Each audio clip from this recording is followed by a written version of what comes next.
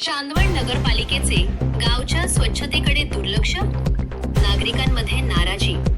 चांदवड शहरातील अनेक भागांमध्ये कचऱ्याचे ढीग साचत असून गटारींची नियमित साफसफाई होत नसल्यानं नागरिकांच्या आरोग्याचा प्रश्न निर्माण झालाय.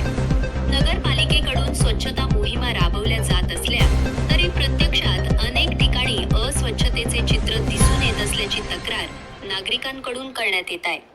रस्त्याच्या कडेला पडलेला कचरा, वेळेवर न उचलला जाणारा ओला व सुका कचरा, तसेच तुंबलेल्या गटारींमुळे डासांचे प्रमाण वाढले आहे.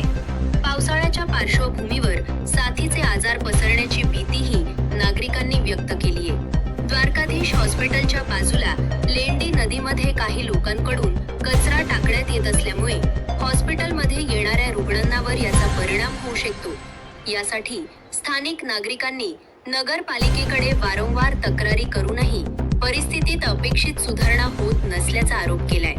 त्यामुळे नगरपालिकेने स्वच्छता व्यवस्थेकडे तातडीनं लक्ष देऊन नियमित कचरा संकलन, गटारींची साफसफाई आणि सार्वजनिक ठिकाणांची स्वच्छता राखावी अशी मागणी नागरिकांकडून होत आहे. लोकमान्य 24 न्यूज साठी सोमनाथ जाधव, चांदवड.